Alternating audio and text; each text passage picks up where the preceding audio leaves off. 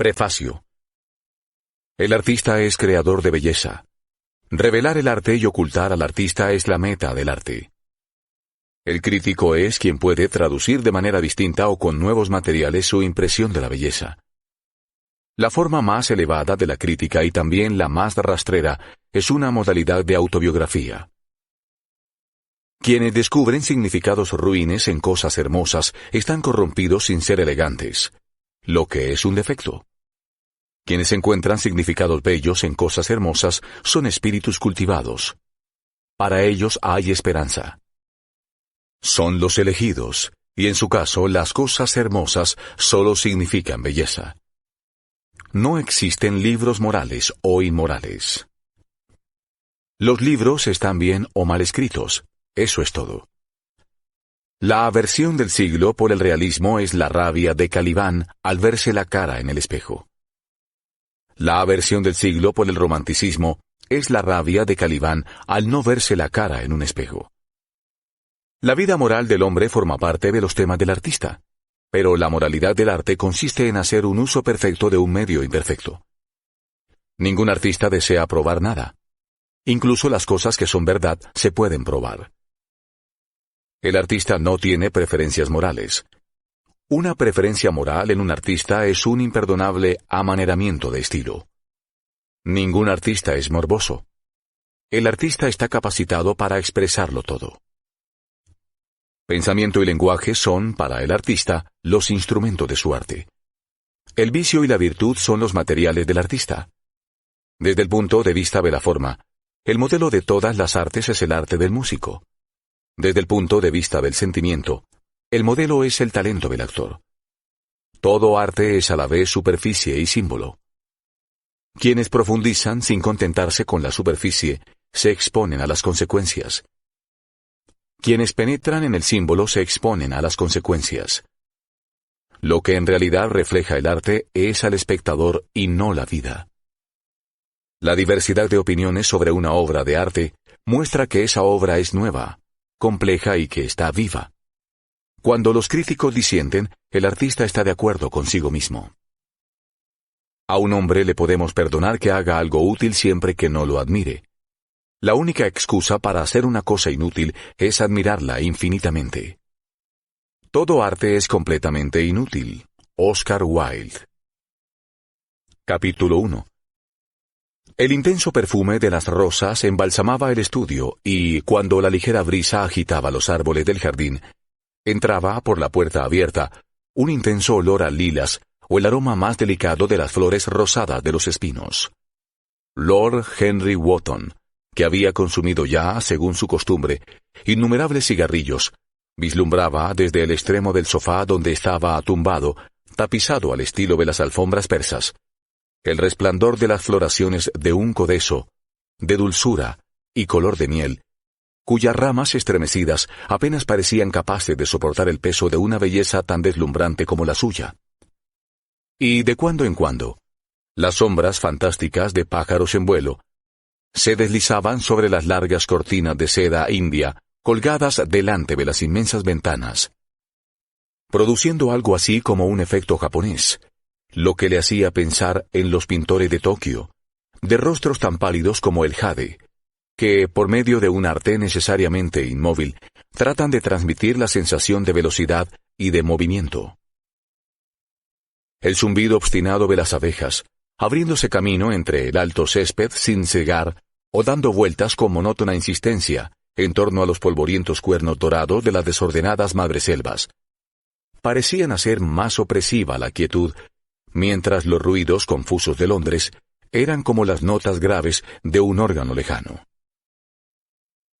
En el centro de la pieza, sobre un caballete recto, descansaba el retrato de cuerpo entero de un joven de extraordinaria belleza, y delante, a cierta distancia, estaba sentado el artista en persona, el Basil Hallward, cuya repentina desaparición hace algunos años tanto conmoviera a la sociedad y diera origen a tan extrañas suposiciones.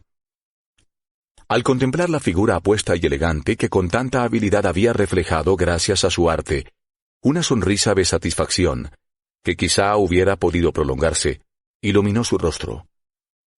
Pero el artista se incorporó bruscamente, y cerrando los ojos, se cubrió los párpados con los dedos, como si tratara de aprisionar en su cerebro algún extraño sueño del que temiese despertar. «Es tu mejor obra, Basil», dijo Lord Henry, con entonación lánguida. «Lo mejor que has hecho. No dejes de mandarla el año que viene a la Galería Grosvenor. La academia es demasiado grande y demasiado vulgar. Cada vez que voy allí, o hay tanta gente que no puedo ver los cuadros, lo que es horrible, o hay tantos cuadros que no puedo ver a la gente, lo que todavía es peor. La Galería Grosvenor es el sitio indicado».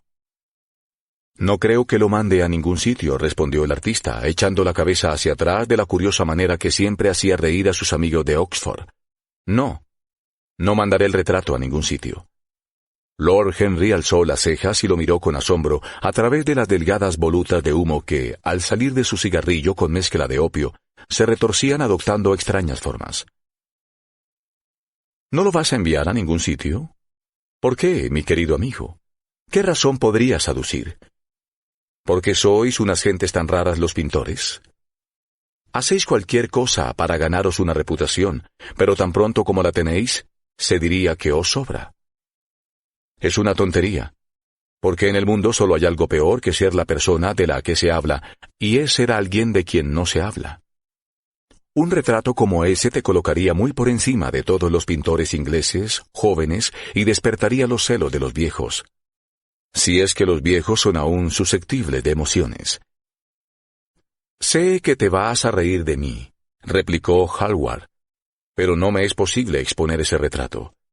He puesto en él demasiado de mí mismo».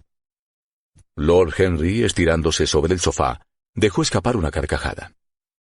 «Sí, Harry, sabía que te ibas a reír, pero, de todos modos, no es más que la verdad. Demasiado de ti mismo. A fe mía, Basil, no sabía que fueras tan vanidoso. No advierto la menor semejanza entre ti con tus facciones bien marcadas y un poco duras, y tu pelo negro como el carbón, y ese joven Adonis que parece estar hecho de marfil y pétalos de rosa. Vamos, mi querido Basil, ese muchacho es un narciso y tú... bueno, tienes, por supuesto, un aire intelectual y todo eso. Pero la belleza auténtica, termina donde empieza el aire intelectual. El intelecto es, por sí mismo, un modo de exageración, y destruye la armonía de cualquier rostro. En el momento en que alguien se sienta a pensar, todo él se convierte en nariz o en frente o en algo espantoso. Repara en quienes triunfan en cualquier profesión docta. Son absolutamente imposibles. Con la excepción, por supuesto, de la Iglesia. Pero sucede que en la Iglesia no se piensa. Un obispo sigue diciendo a los 80 años lo que a los 18 le contaron que tenía que decir, y la consecuencia lógica es que siempre tiene un aspecto delicioso. Tu misterioso joven amigo, cuyo nombre nunca me has revelado, pero cuyo retrato me fascina de verdad, nunca piensa. Estoy completamente seguro de ello.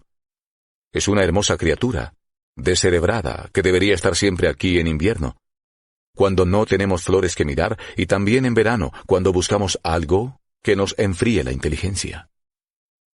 No te hagas ilusiones, Basil. No eres en absoluto como él. No me entiendes, Harry, respondió el artista. No soy como él, por supuesto. Lo sé perfectamente. De hecho, lamentaría parecerme a él. ¿Te encoges de hombros? Te digo la verdad.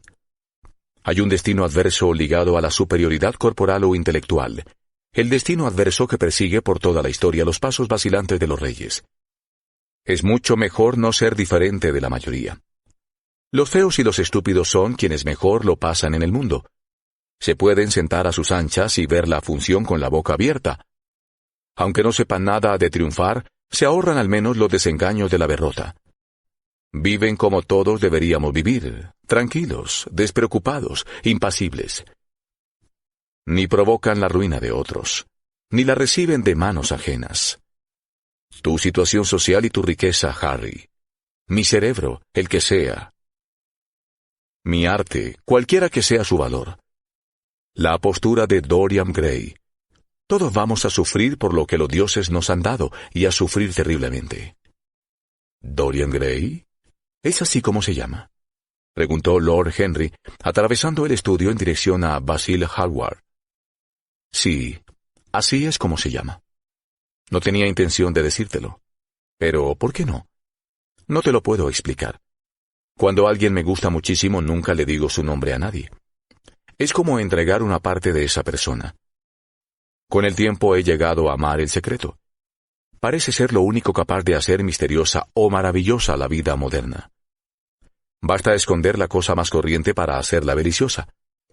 Cuando ahora me marcho de Londres, nunca le digo a mi gente a dónde voy. Si lo hiciera, dejaría de resultarme placentero. Es una costumbre tonta, lo reconozco, pero por alguna razón parece dotar de romanticismo a la vida. Imagino que te resulto terriblemente ridículo, ¿no es cierto? En absoluto, respondió Lord Henry. Nada de eso, mi querido Basil. Pareces olvidar que estoy casado y el único encanto del matrimonio es que exige de ambas partes practicar asiduamente el engaño. Nunca sé dónde está mi esposa, y mi esposa nunca sabe lo que yo hago. Cuando coincidimos, cosa que sucede a veces, porque salimos juntos a cenar o vamos a casa del duque, nos contamos con tremenda seriedad las historias más absurdas sobre nuestras respectivas actividades. Mi mujer lo hace muy bien, mucho mejor que yo, de hecho. Nunca se equivoca en cuestión de fechas y yo lo hago siempre. Pero cuando me descubre, no se enfada. A veces me gustaría que lo hiciera, pero se limita a reírse de mí. No me gusta nada cómo hablas de tu vida de casado, Harry, dijo Basil Hallward, dirigiéndose hacia la puerta que llevaba al jardín. Creo que eres en realidad un marido excelente, pero que te avergüenzas de tus virtudes. Eres una persona extraordinaria. Nunca das lecciones de moralidad y nunca haces nada malo. Tu cinismo no es más que afectación. La naturalidad también es afectación, y la más irritante que conozco, exclamó Lord Henry, echándose a reír.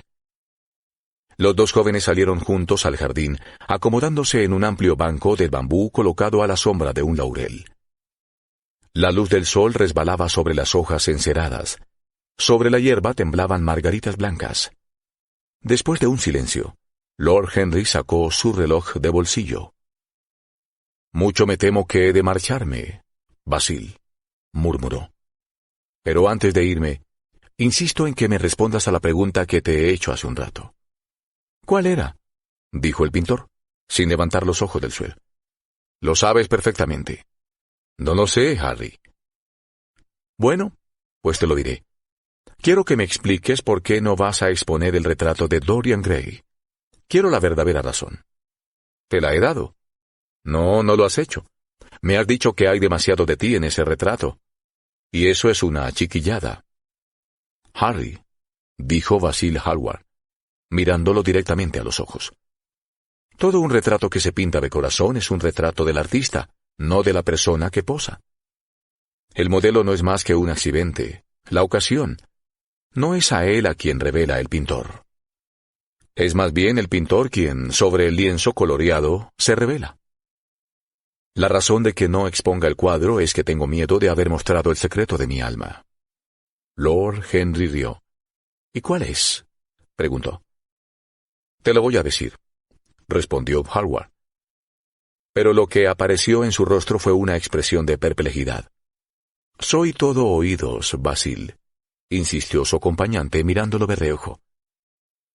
«En realidad es muy poco lo que hay que contar, Harry», respondió el pintor. «Y mucho me temo que apenas lo entenderías. Quizá tampoco te lo creas».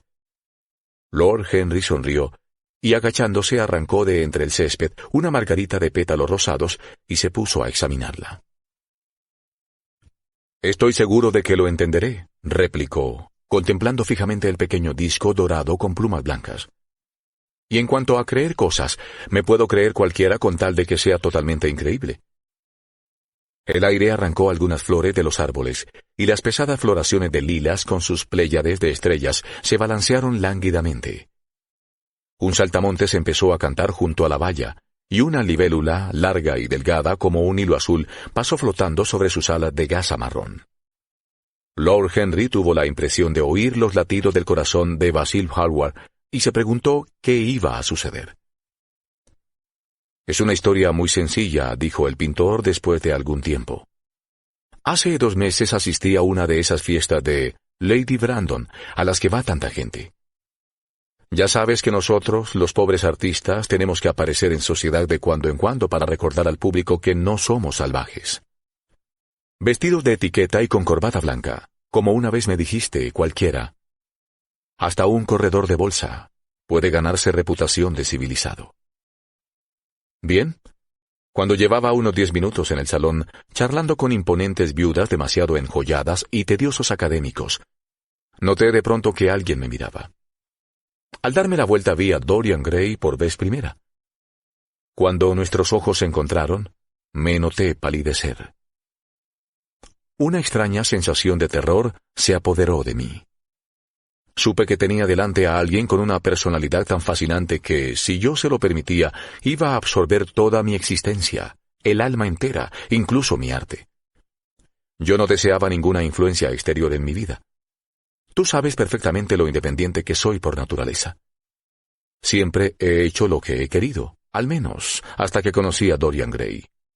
Luego, aunque no sé cómo explicártelo, algo parecía decirme que me encontraba al borde de una crisis terrible. Tenía la extraña sensación de que el destino me reservaba exquisitas alegrías y terribles sufrimientos. Me asusté y me di la vuelta para abandonar el salón. No fue la conciencia lo que me impulsó a hacerlo, más bien algo parecido a la cobardía.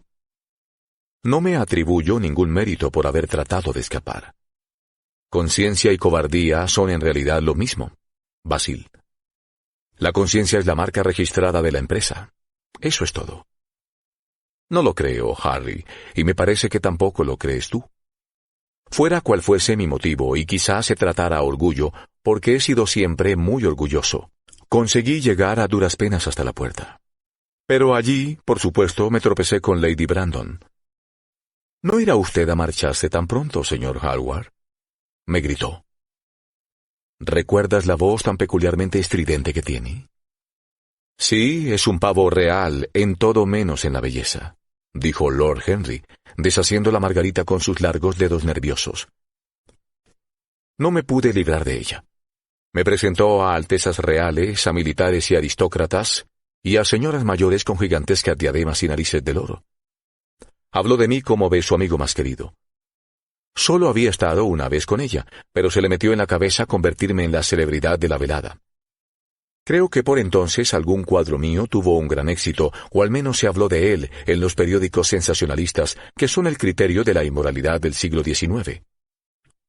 De repente me encontré cara a cara con el joven cuya personalidad me había afectado de manera tan extraña. Estábamos muy cerca. Casi nos tocábamos. Nuestras miradas se cruzaron de nuevo. Fue una imprudencia por mi parte, pero pedí a Lady Brandon que nos presentara. Quizá no fuese imprudencia, sino algo sencillamente inevitable. Nos hubiésemos hablado sin necesidad de presentación. Estoy seguro de ello. Dorian me lo confirmó después. También él sintió que estábamos destinados a conocernos. ¿Y cómo describió Lady Brandon a ese joven maravilloso?, preguntó su amigo. Sé que le gusta dar un rápido resumen de todos sus invitados. Recuerdo que me llevó a conocer a un anciano caballero de rostro colorado, cubierto con todas las condecoraciones imaginables, y me confió al oído, en un trágico susurro, que debieron oír perfectamente todos los presentes, los detalles más asombrosos. Sencillamente huí. Prefiero desenmascarar a las personas yo mismo.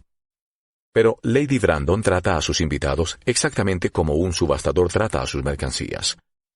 O los explica completamente del revés, o cuenta todo excepto lo que uno quiere saber. Pobre Lady Brandon. Eres muy duro con ella, Harry, dijo Hallward lánguidamente. Mi querido amigo, esa buena señora trataba de fundar un salón, pero solo ha conseguido abrir un restaurante. ¿Cómo quieres que la admire? Pero dime, ¿qué te contó del señor Dorian Gray? Algo así como, muchacho encantador, su pobre madre y yo absolutamente inseparables. He olvidado por completo a qué se dedica. Me temo que no hace nada. Sí, toca el piano. O es el violín, mi querido señor Gray. Ninguno de los dos pudimos evitar la risa, y nos hicimos amigos al instante. La risa no es un mal principio para una amistad, y desde luego es la mejor manera de terminarla, dijo el joven Lord, arrancando otra margarita. Hallward negó con la cabeza. No entiendes lo que es la amistad, Harry, murmuró. Ni tampoco la enemistad, si vamos a eso. Te gusta todo el mundo, es decir, todo el mundo te deja indiferente. «Qué horriblemente injusto eres conmigo», exclamó Lord Henry, echándose el sombrero hacia atrás para mirar a las nubecillas que, como madejas enmarañadas de brillante seda blanca, vagaban por la orquedad turquesa del cielo veraniego. Sí, horriblemente injusto. Ya lo creo que distingo entre la gente. Elijo a mis amigos por su apostura, a mis conocidos por su buena reputación y a mis enemigos por su inteligencia. No es posible excederse en el cuidado al elegir a los enemigos. No tengo ni uno solo que sea estúpido. Todos son personas de cierta talla intelectual y en consecuencia me aprecian. ¿Te parece demasiada vanidad por mi parte? Creo que lo es. Coincido en eso contigo, pero según tus categorías yo no debo de ser más que un conocido. Mi querido Basil, eres mucho más que un conocido, y mucho menos que un amigo.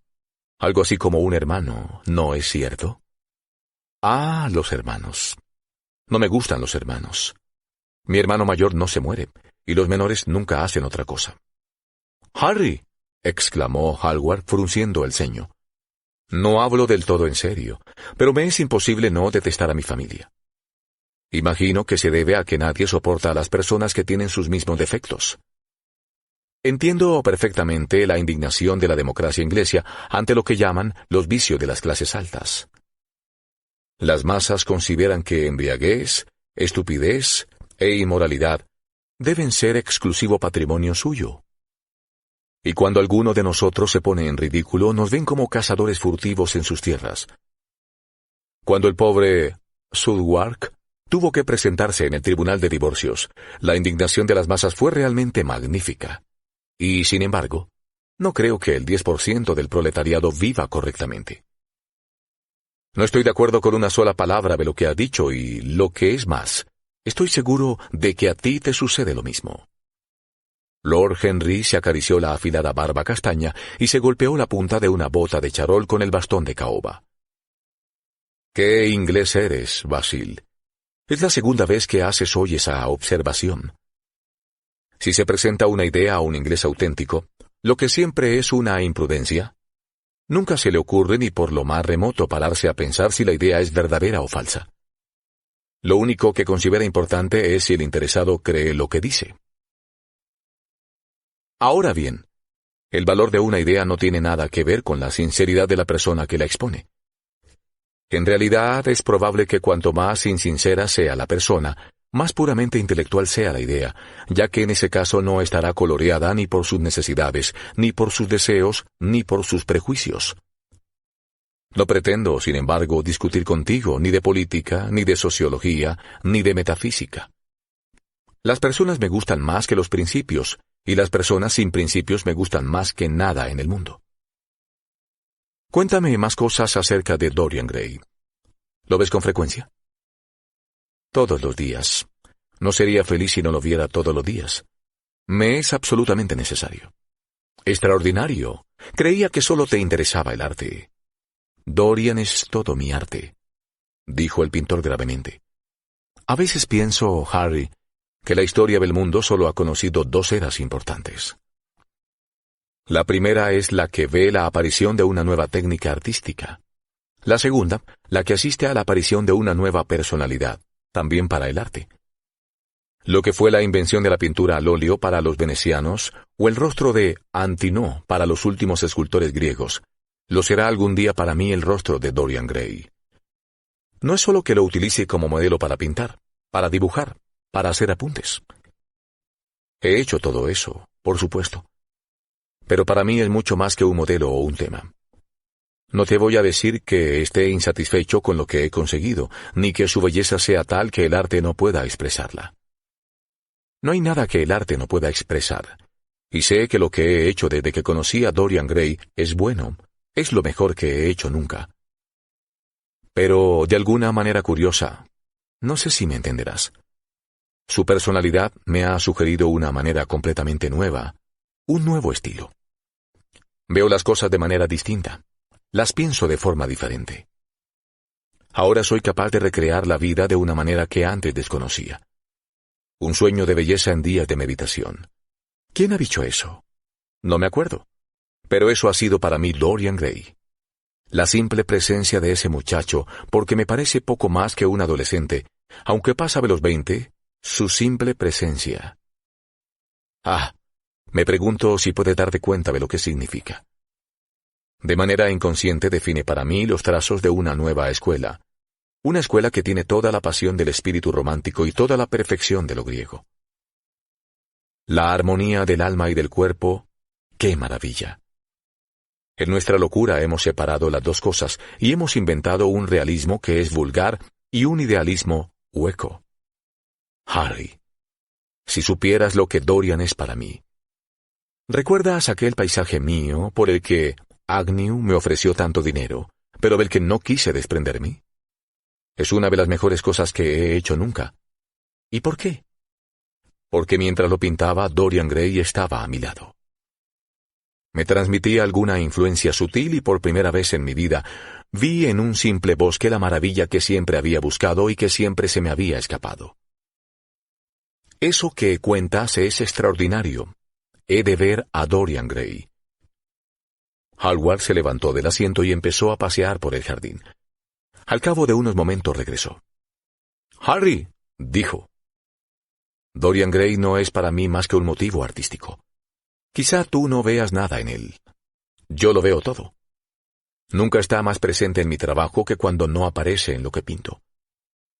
Es la sugerencia, como he dicho, de una nueva manera. Lo encuentro en las curvas de ciertas líneas, en el encanto y sutileza de ciertos colores. Eso es todo». «Entonces, ¿por qué te niegas a exponer su retrato?», preguntó Lord Henry. «Porque, sin pretenderlo, he puesto en ese cuadro la expresión de mi extraña idolatría de artista, de la que por supuesto nunca he querido hablar con él. Nada sabe. No lo sabrá nunca. Pero quizá el mundo lo adivine, y no quiero desnudar mi alma ante su mirada entrometida y superficial. Nunca pondré mi corazón bajo su microscopio. Hay demasiado de mí mismo en ese cuadro, Harry, demasiado de mí mismo. Los poetas no son tan escrupulosos como tú. Saben lo útil que es la pasión cuando piensan en publicar. En nuestros días un corazón roto da para muchas ediciones». «Los detesto por eso», exclamó Hallward. «Un artista debe crear cosas hermosas, pero sin poner en ellas nada de su propia existencia. Vivimos en una época en la que se trata el arte como si fuese una forma de autobiografía. Hemos perdido el sentido abstracto de la belleza. Algún día mostraré al mundo lo que es eso, y esa es la razón de que el mundo no deba ver nunca mi retrato de Dorian Gray. Creo que estás equivocado, pero no voy a discutir contigo. Solo discuten los que están perdidos intelectualmente. Dime, ¿Dorian Gray te tiene mucho afecto?» El pintor reflexionó durante unos instantes. «Me tiene afecto», respondió. Después de una pausa. «Sé que me tiene afecto. Es cierto, por otra parte, que lo halago terriblemente. Hallo un extraño placer en decirle cosas de las que sé que después voy a arrepentirme. Por regla general es encantador conmigo y nos sentamos en el estudio y hablamos de 1000 cosas, de cuando en cuando. Sin embargo, es terriblemente desconsiderado y parece disfrutar haciéndome sufrir. Entonces siento que he entregado toda mi alma a alguien que la trata como si fuera una flor que se pone en el ojal, una condecoración que deleita su vanidad, un adorno para un día de verano. En verano los días suelen ser largos, Basil», murmuró Lord Henry. «Quizá te canses tú antes que él. Es triste pensarlo, pero sin duda el genio dura más que la belleza. Eso explica que nos esforcemos tanto por cultivarnos. En la lucha feroz por la existencia queremos tener algo que dure y nos llenamos la cabeza de basura y de datos, con la tonta esperanza de conservar nuestro puesto. La persona que lo sabe todo. Ese es el ideal moderno. Y la mente de esa persona que todo lo sabe es una cosa terrible. Un almacén de baratillo. Todo monstruos y polvo, y siempre con precios por encima de su valor verdadero. Creo que tú te cansarás primero de todos modos. Algún día mirarás a tu amigo, y te parecerá que está un poco desdibujado. O no te gustará la tonalidad de su tez, o cualquier otra cosa. Se lo reprocharás con amargura y pensarás muy seriamente que se ha portado mal contigo. La siguiente vez que te visite, te mostrarás perfectamente frío e indiferente. Será una pena, porque te cambiará. Lo que me has contado es una historia de amor. Habría que llamarla historia de amor estético, y lo peor de toda historia de amor es que después Tino se siente muy poco romántico. Harry, no hables así. Mientras viva, la personalidad de Dorian Gray me dominará. No puedes sentir lo que yo siento. Tú cambias con demasiada frecuencia. Ah, mi querido Basil, precisamente por eso soy capaz de sentirlo. Los que son fieles solo conocen el lado trivial del amor. Es el infiel quien sabe de sus tragedias. Lord Henry frotó una cerilla sobre un delicado estuche de plata y empezó a fumar un cigarrillo con un aire tan pagado de sí mismo y tan satisfecho como si hubiera resumido el mundo en una frase. Los gorriones alborotaban entre las hojas lacadas de la enredadera y las sombras azules de las nubes se perseguían sobre el césped como golondrinas. Qué agradable era estar en el jardín y cuán deliciosas las emociones de otras personas. Mucho más que sus ideas, en opinión de Lord Henry. Nuestra alma y las pasiones de nuestros amigos. Esas son las cosas fascinantes de la vida. Le divirtió recordar en silencio el tedioso almuerzo que se había perdido al quedarse tanto tiempo con Basil Hallward.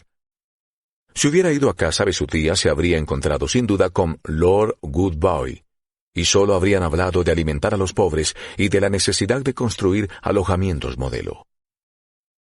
Todos los comensales habrían destacado la importancia de las virtudes que su situación en la vida les dispensaba de ejercitar.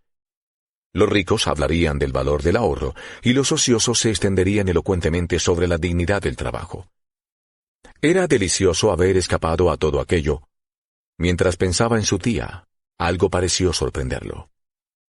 Volviéndose hacia Hallward, dijo: «Acabo de acordarme». «¿Acordarte de qué, Harry?» «¿De dónde he oído el nombre de Dorian Gray?»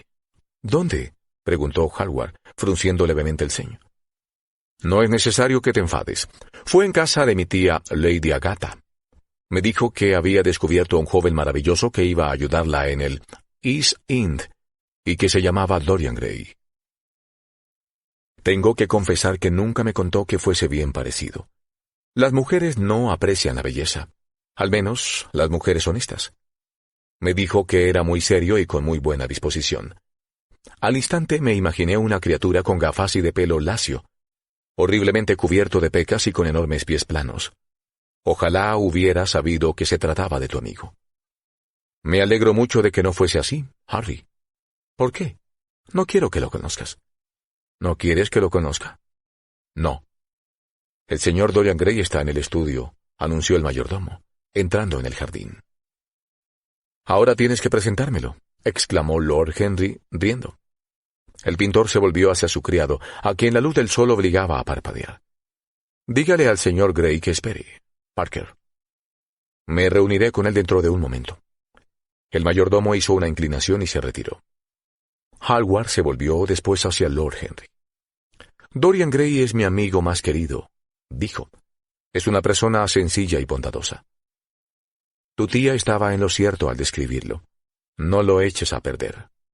No trate de influir en él. Tu influencia sería mala. El mundo es muy grande y encierra mucha gente maravillosa. No me arrebates la única persona que da a mi arte todo el encanto que posee. Mi vida de artista depende de él. Tenlo en cuenta, Harry. Confío en ti. Hablaba muy despacio. Y las palabras parecían salirle de la boca casi contra su voluntad. «¿Qué tonterías dices?», respondió Lord Henry con una sonrisa. Luego, tomando a Hallward del brazo, casi lo condujo hacia la casa. Capítulo 2. Al entrar vieron a Dorian Gray. Estaba sentado al piano, de espaldas a ellos, pasando las páginas de Las escenas del bosque, de Schumann. «Tienes que prestármelo, Basil», exclamó. «Quiero aprendérmelas. Son encantadoras». «Eso depende de cómo poses hoy, Dorian». «Estoy cansado de posar, y no quiero un retrato de cuerpo entero», respondió el muchacho volviéndose sobre el taburete del piano con un gesto caprichoso y malhumorado. Al ver a Lord Henry, se le colorearon las mejillas por un momento y procedió a levantarse. «Perdóname, Basil, pero no sabía que estuvieras acompañado». «Te presento a Lord Henry Wotton, Dorian, un viejo amigo mío de Oxford. Le estaba diciendo que eres un modelo muy disciplinado, y acaba de echarlo todo a perder».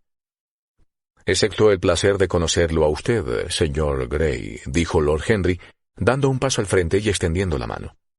«Mi tía me ha hablado a menudo de usted. Es uno de sus preferidos y, mucho me temo, también una de sus víctimas».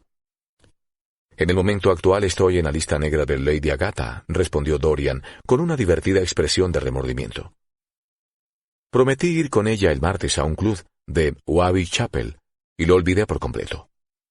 Íbamos a tocar juntos un dúo, más bien 3, según creo. No sé qué me dirá. Me da miedo ir a visitarla. Yo me encargo de reconciliarlo con ella. Siente verdadera devoción por usted, y no creo que importara que no fuese». El público pensó probablemente que era un dúo. Cuando tía Agatha se sienta al piano hace ruido suficiente por 2 personas. «Eso es una insidia contra ella y tampoco me deja a mí en muy buen lugar», respondió Dorian, riendo. Lord Henry se lo quedó mirando.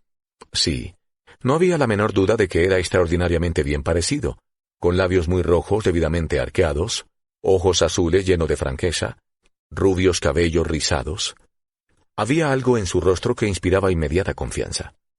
Estaba allí presente todo el candor de la juventud, así como toda su pureza apasionada. Se sentía que aquel adolescente no se había dejado manchar por el mundo. No era de extrañar que Basil Hallward sintiera veneración por él. «Sin duda es usted demasiado encantador para dedicarse a la filantropía, señor Gray». Lord Henry se dejó caer en el diván y abrió la pitillera. El pintor había estado ocupado mezclando colores y preparando los pinceles.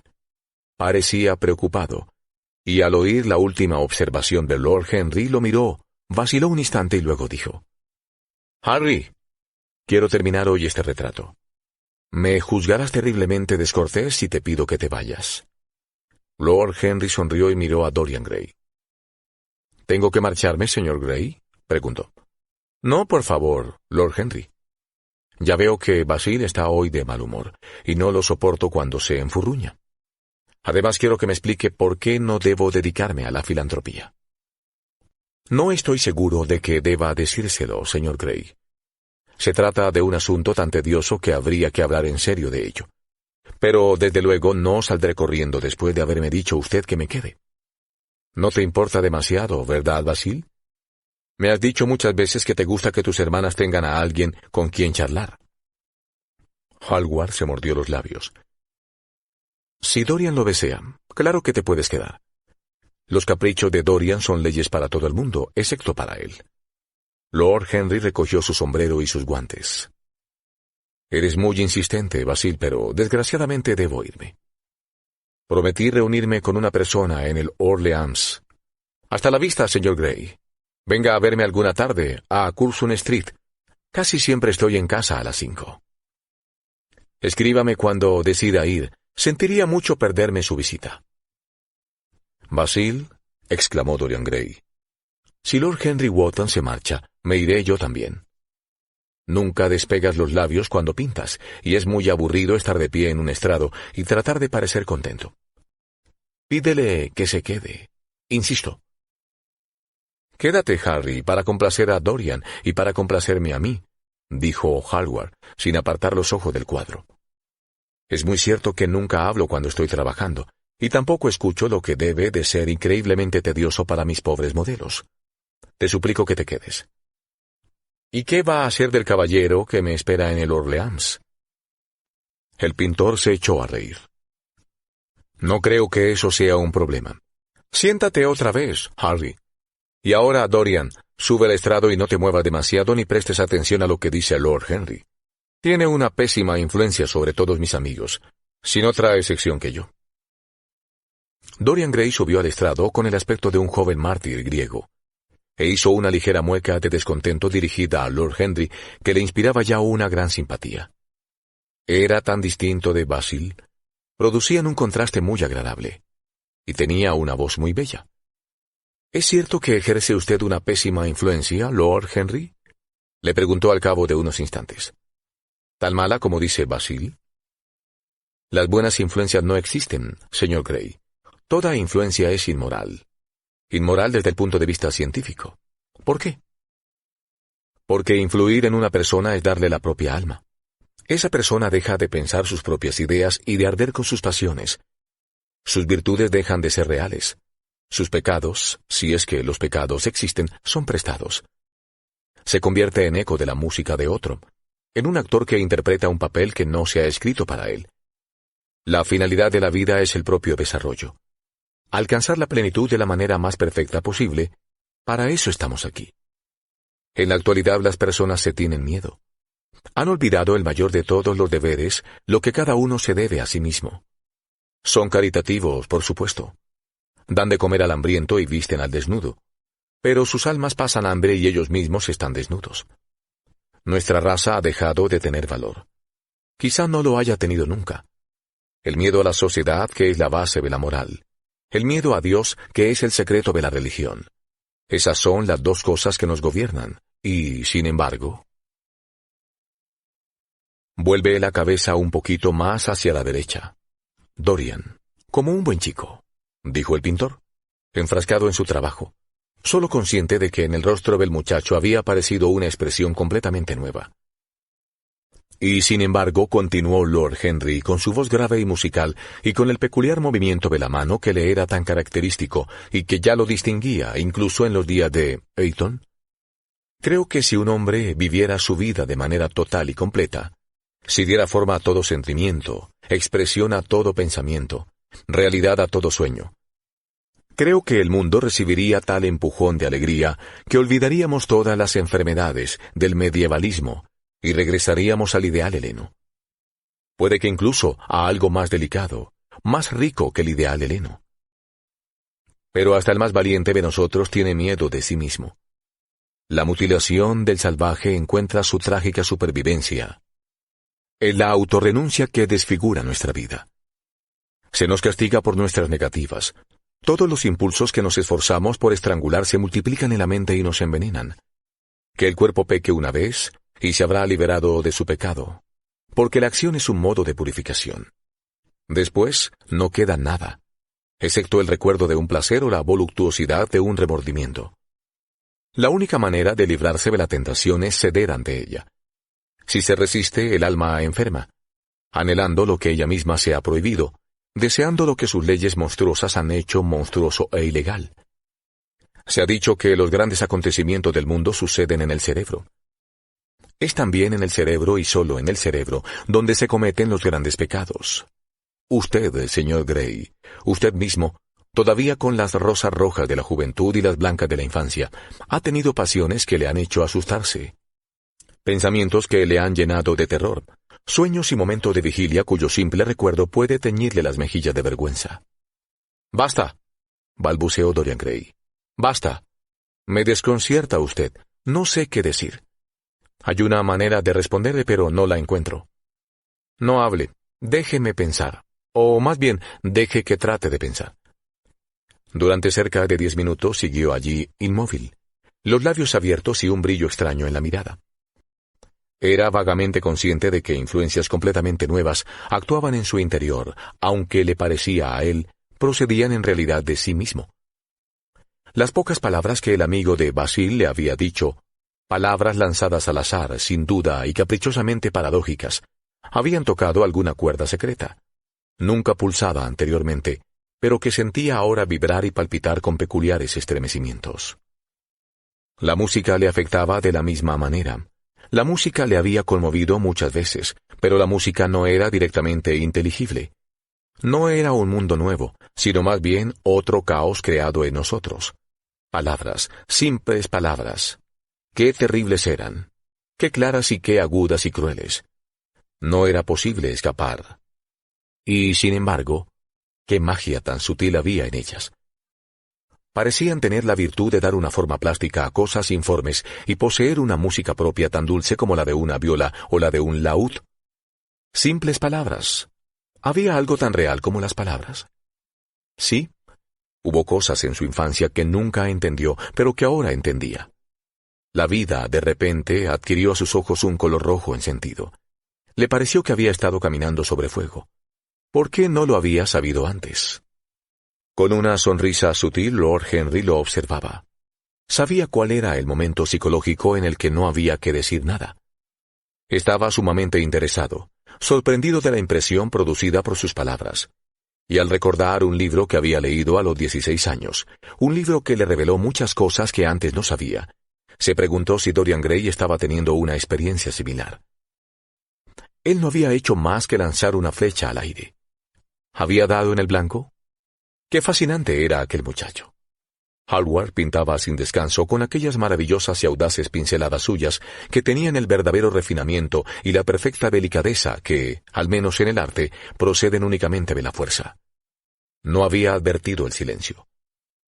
«Basil, me canso de estar de pie», exclamó Gray de repente. «Quiero salir al jardín y sentarme. Aquí el aire es asfixiante. Tendrás que perdonarme. Cuando pinto me olvido de todo lo demás. Pero nunca habías posado mejor. Has estado completamente inmóvil y he captado el efecto que quería.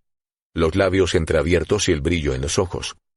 No sé qué te habrá dicho Harry para conseguir esta expresión maravillosa. Imagino que te halagaba la vanidad. No debes creer una sola palabra de lo que diga. Desde luego no me halagaba la vanidad. Tal vez por eso no he creído nada de lo que me ha dicho.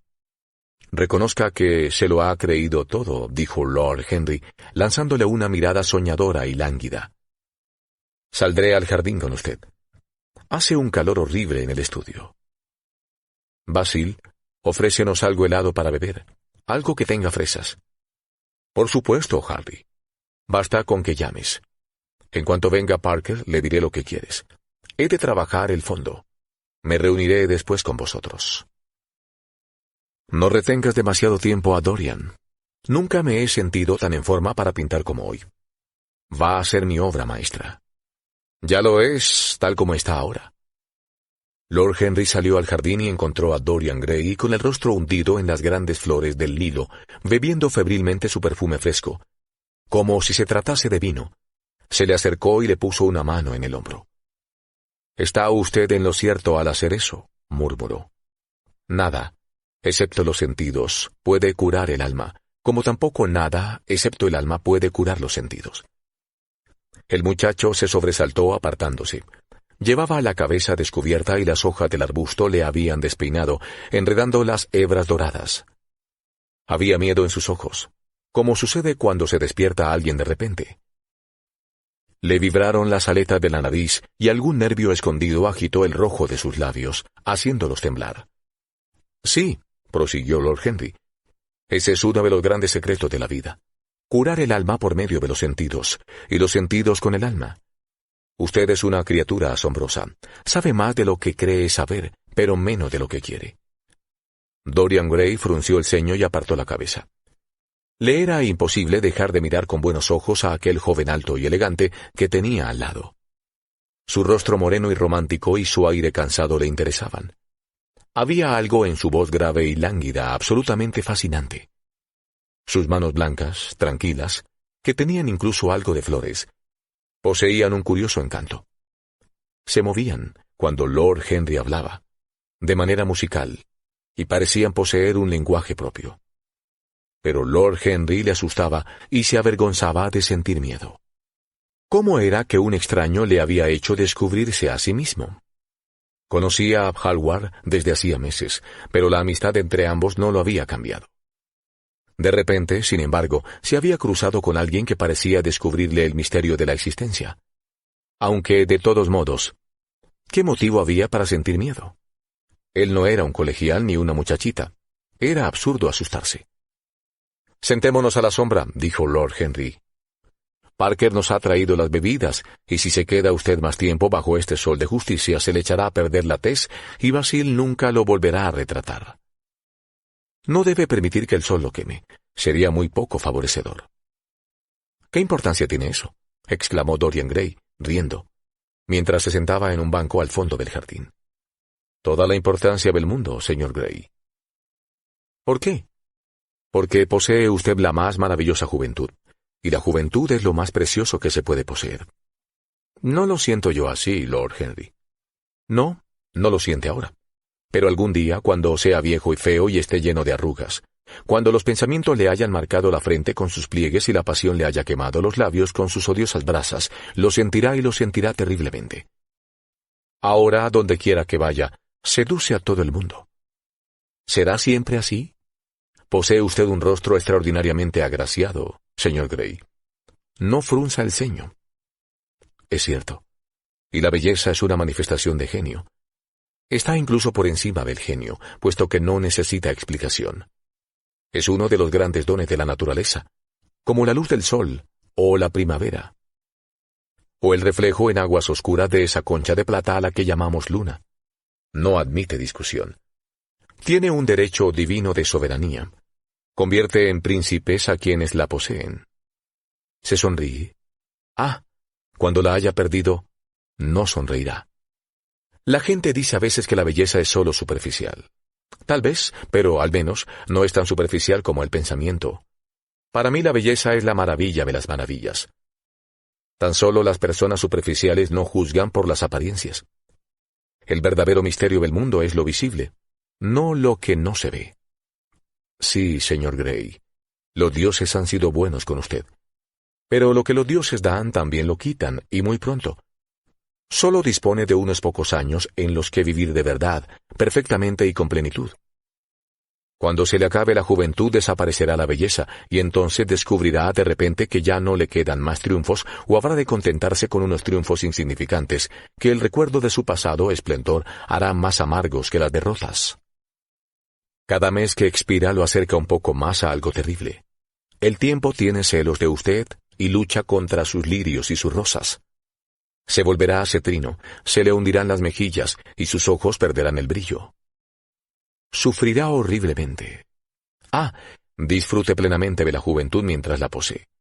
No despilfarre el oro de sus días escuchando a gente aburrida, tratando de redimir a los fracasados sin esperanza, ni entregando su vida a los ignorantes, los anodinos y los vulgares. Esos son los objetivos enfermizos, las falsas ideas de nuestra época. Viva, viva la vida maravillosa que le pertenece, no deje que nada se pierda. Esté siempre a la busca de nuevas sensaciones. No tenga miedo de nada. Un nuevo hedonismo, eso es lo que nuestro siglo necesita. Usted puede ser su símbolo visible. Dada a su personalidad, no hay nada que no pueda hacer. El mundo le pertenece durante una temporada. En el momento en que lo he visto, he comprendido que no se daba usted cuenta en absoluto de lo que realmente es, de lo que realmente puede ser.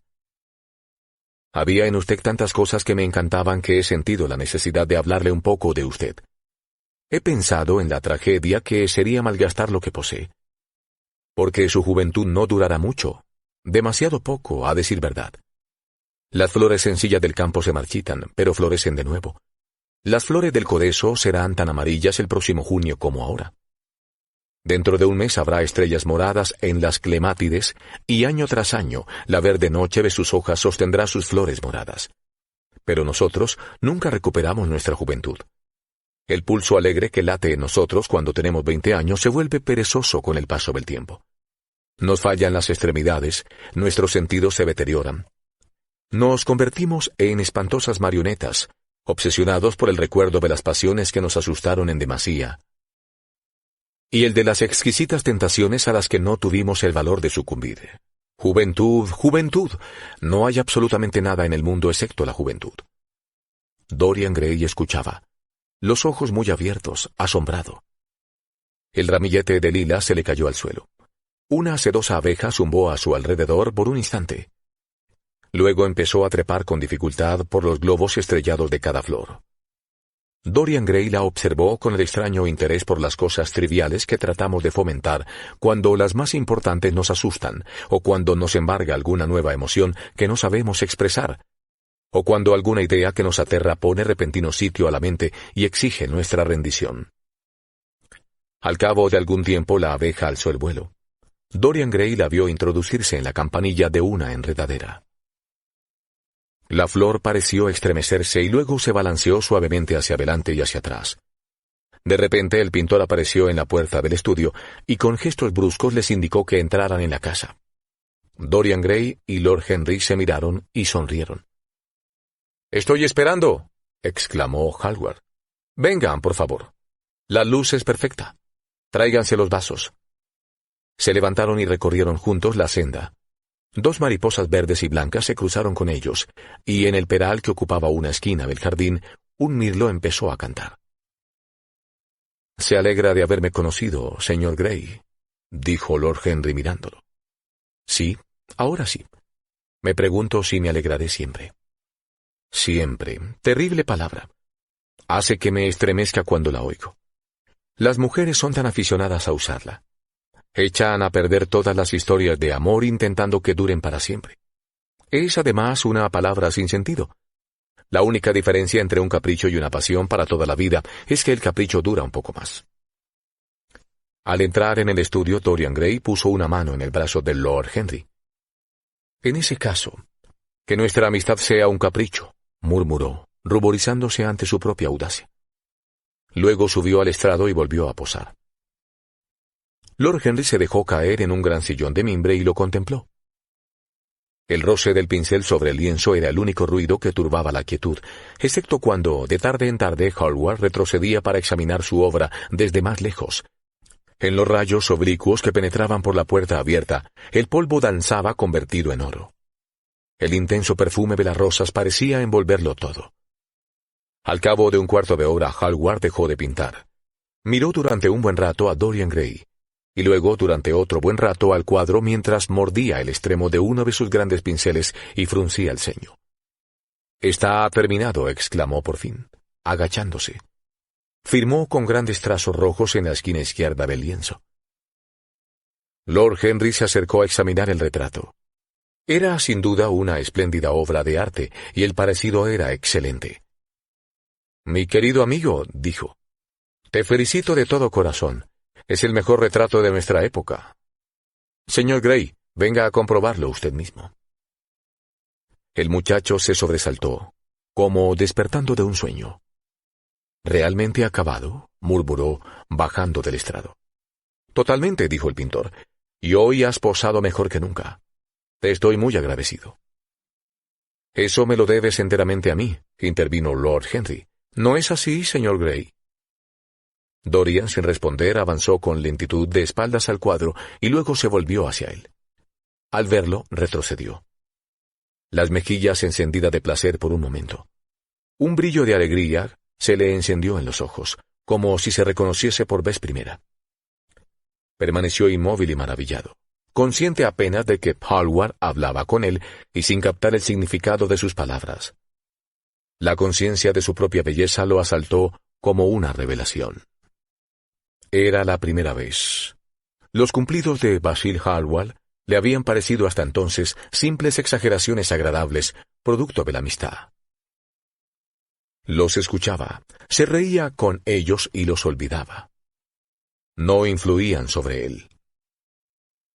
Luego se había presentado Lord Henry Wotton con su extraño panegírico sobre la juventud, su terrible advertencia sobre su brevedad.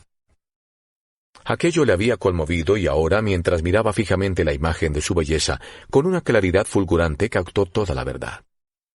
Sí, en un día no muy lejano su rostro se arrugaría y marchitaría, sus ojos perderían color y brillo, la armonía de su figura se quebraría, desaparecería el rojo escarlata de sus labios y el oro de sus cabellos. La vida que había de formarle al alma le deformaría el cuerpo. Se convertiría en un ser horrible, odioso, grotesco. Al pensar en ello, un dolor muy agudo lo atravesó como un cuchillo e hizo que se estremecieran todas las fibras de su ser. El azul de sus ojos se oscureció con un velo de lágrimas. Sintió que una mano de hielo se le había posado sobre el corazón.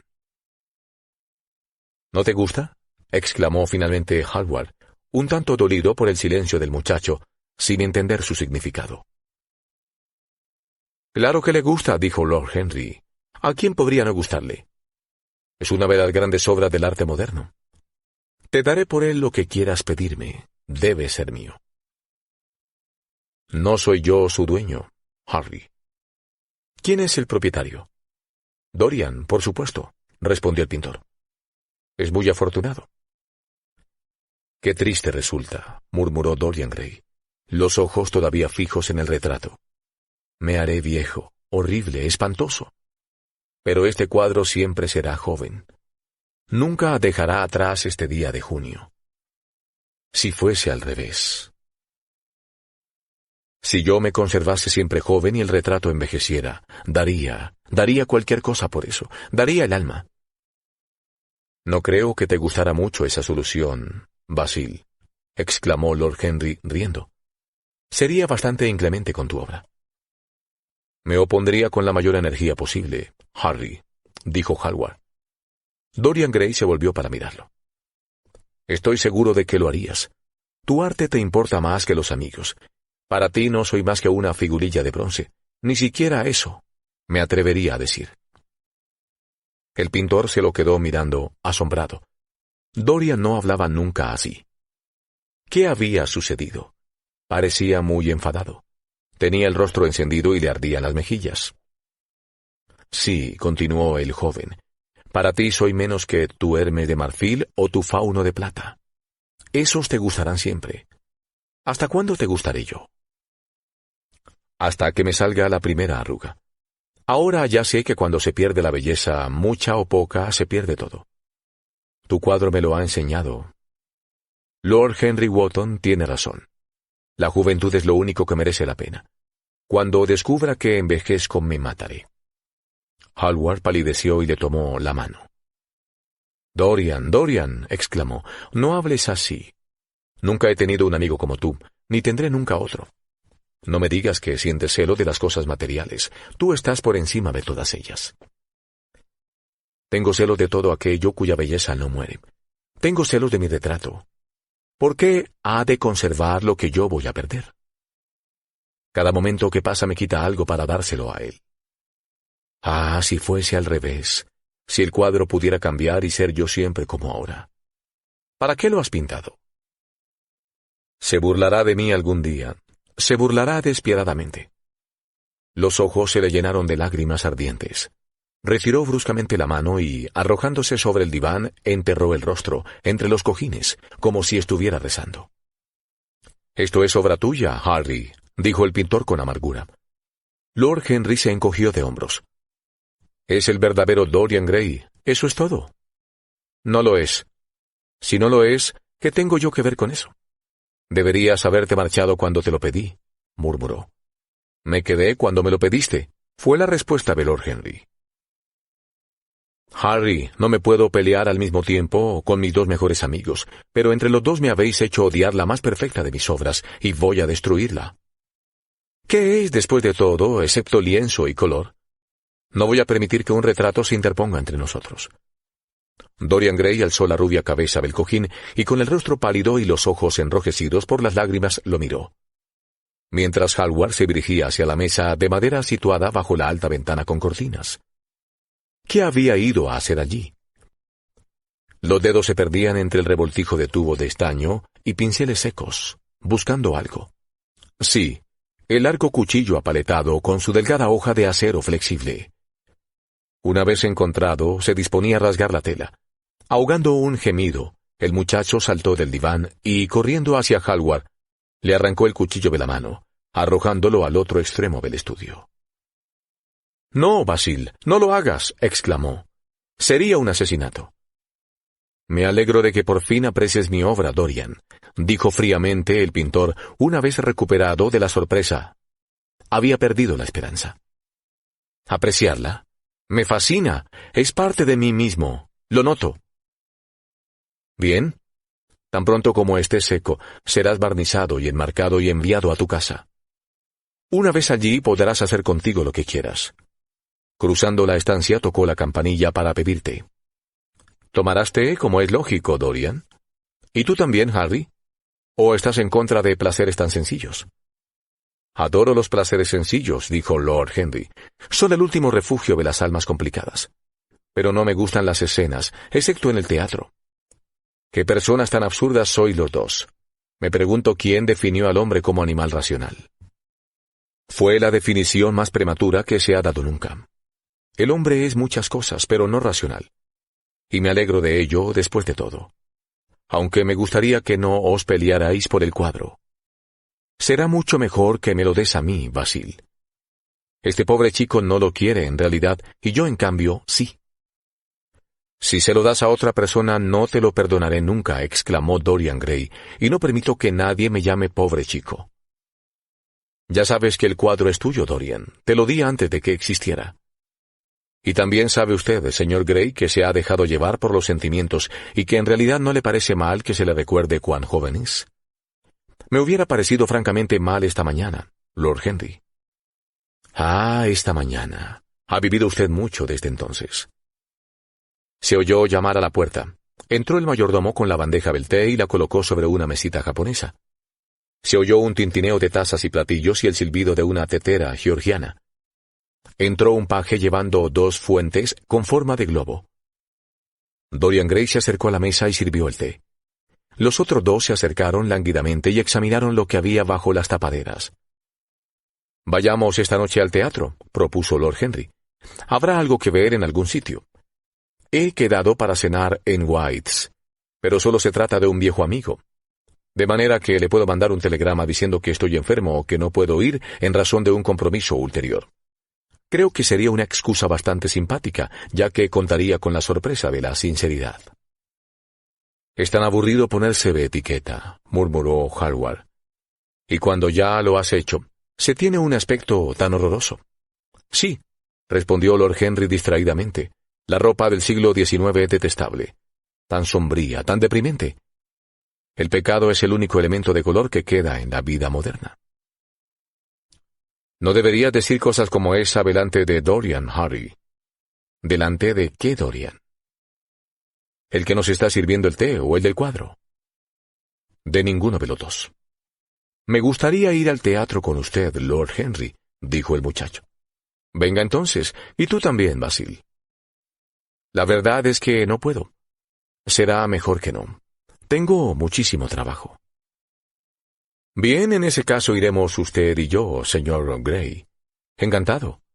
El pintor se mordió el labio y con la taza en la mano se acercó al cuadro. «Me quedaré con el verdadero Dorian», dijo tristemente. «¿Es ese el verdadero Dorian?», exclamó el original del retrato acercándose a Hallward. «¿Soy realmente así?» «Sí, exactamente así». «Maravilloso, Basil. Tienes al menos el mismo aspecto». «Pero él no cambiará», suspiró Hallward. «Eso es algo». «¿Qué obsesión tienen las personas con la fidelidad?», exclamó Lord Henry. «Incluso el amor es simplemente una cuestión de fisiología. No tiene nada que ver con la voluntad. Los jóvenes quieren ser fieles y no lo son. Los viejos quieren ser infieles y no pueden. Eso es todo lo que cabe decir».